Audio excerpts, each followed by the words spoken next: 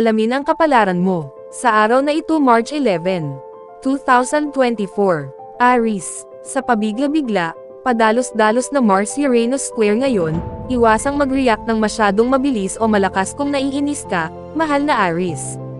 Gayunpaman, ang mga usapin ng pera o kawalan ng katiyakan ay maaaring maging komplikado sa dinamika ng relasyon. Wala ka sa anumang mood na pakiramdam na nakatali, kahit na alam mong kailangan mong sundin ang ilang mga patakaran.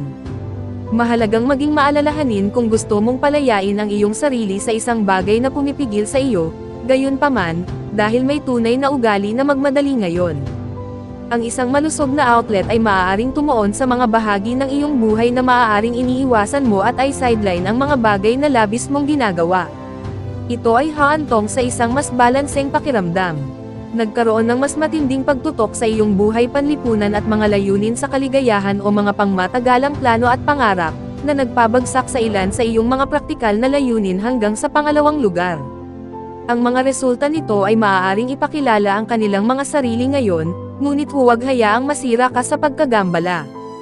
Gamitin ang pagkakataong ito upang makita ang iyong mga praktikal na gawain mula sa isang bagong pananaw, dahil maaari kang humantong sa mga bagong posibilidad.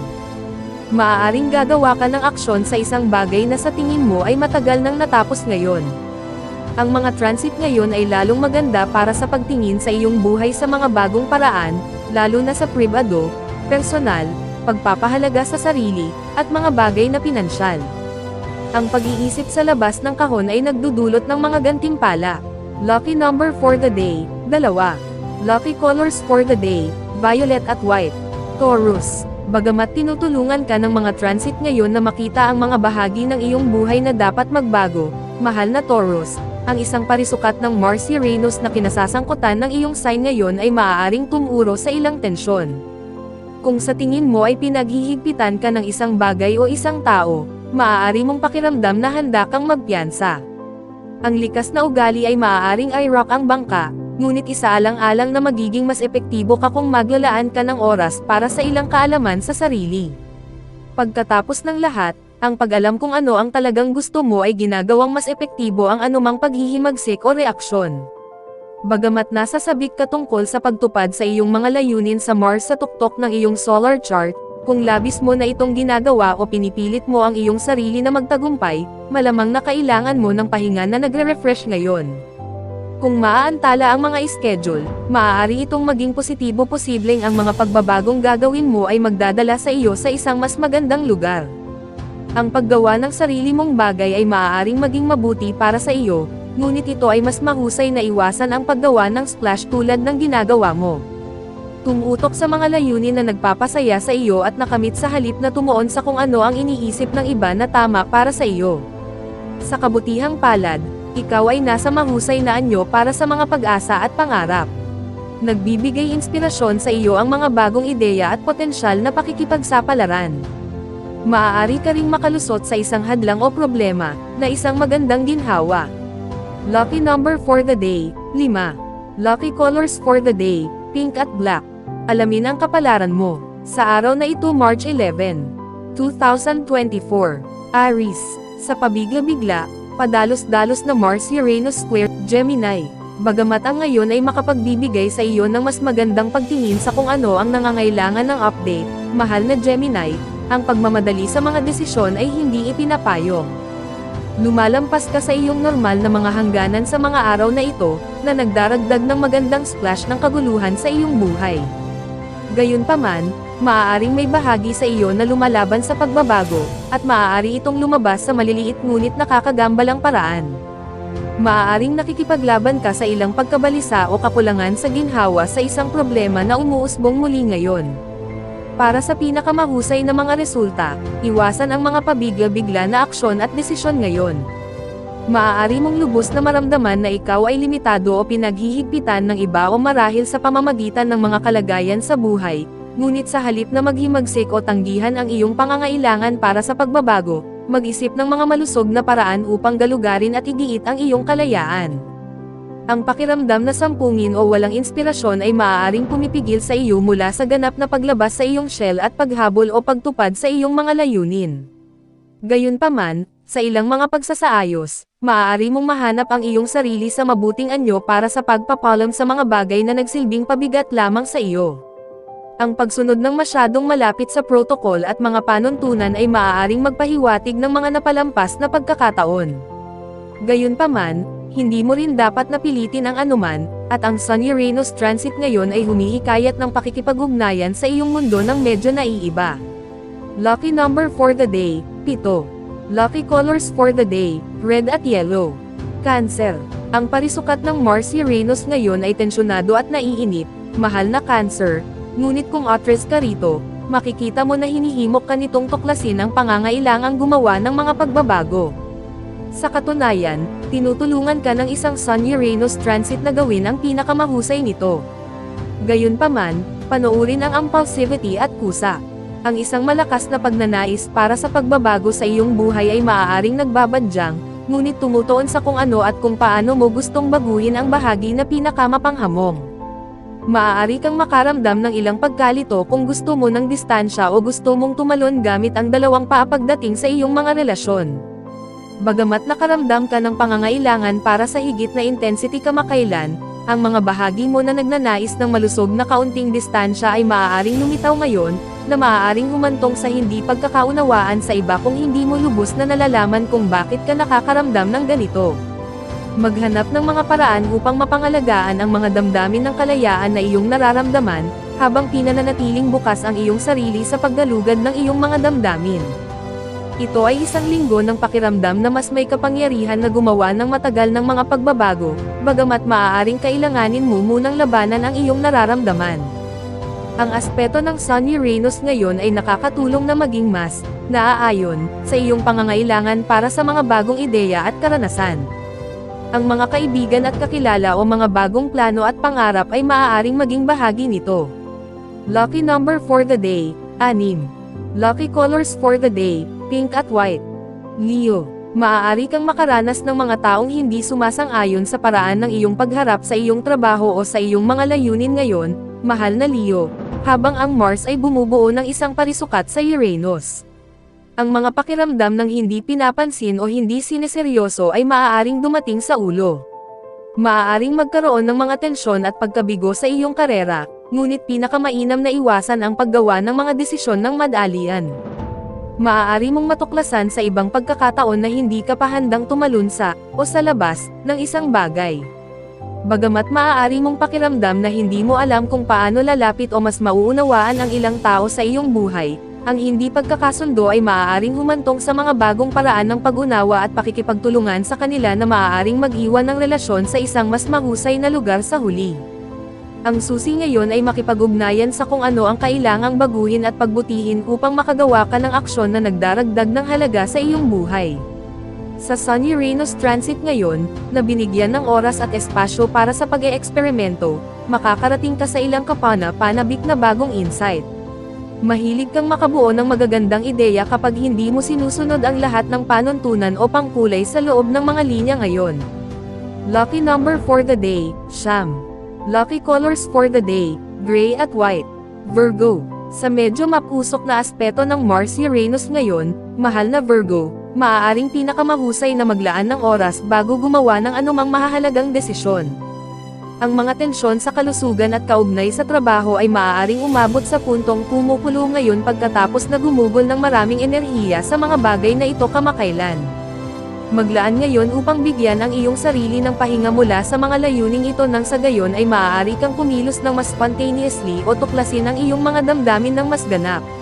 Ang mga pagkagambala sa iyong schedule ay maaaring payagan iyon, sa katunayan. Gayunpaman, kung gusto mo talagang magawa ang mga bagay, kapag nagpapasya sa mga lugar na kailangang baguhin, iwasang kumilos sa isang kapritsyo. Sa halip, ilabas ang mga pagkabigo sa pamamagitan ng pagbuhos ng iyong enerhiya sa mga pagpapabuti.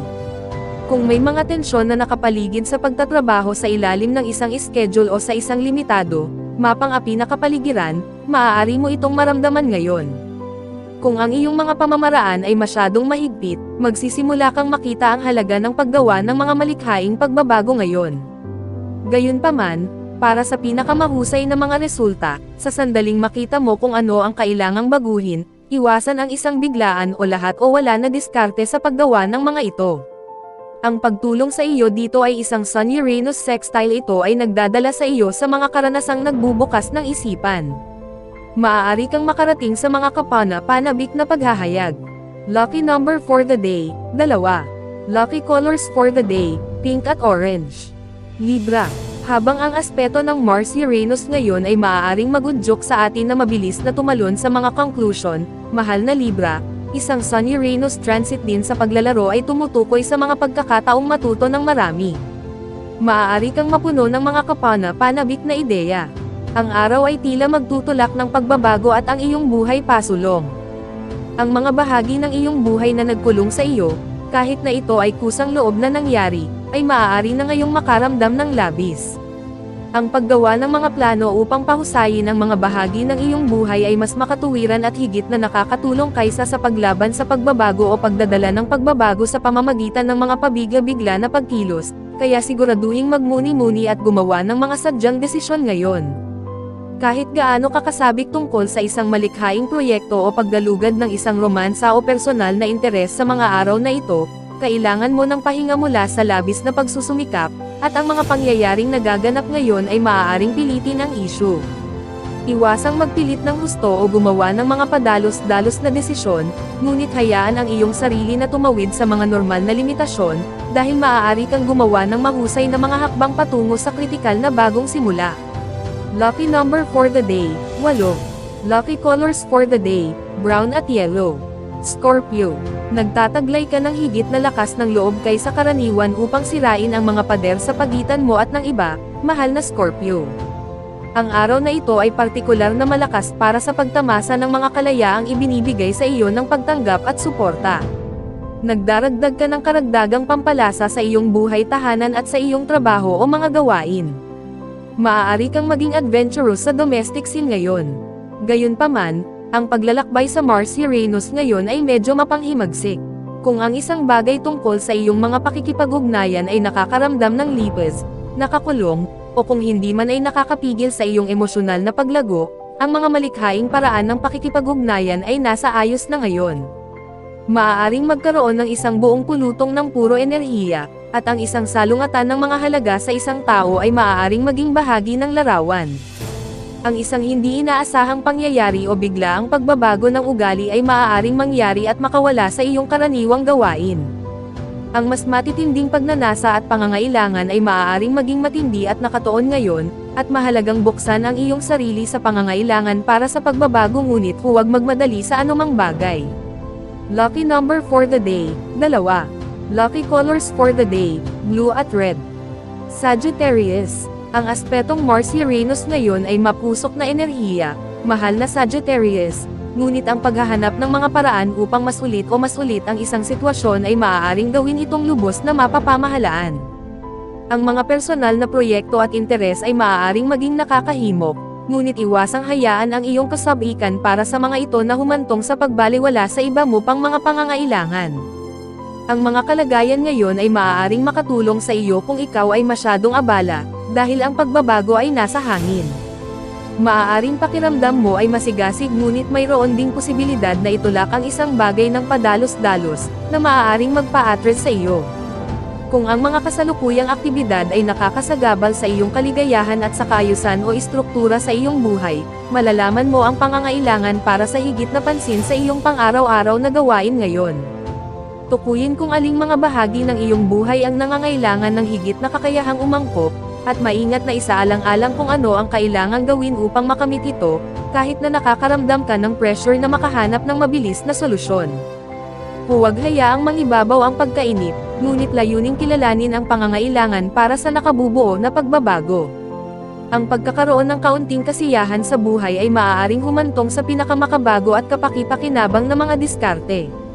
Lucky number for the day, 6. Lucky colors for the day, violet at white. Capricorn.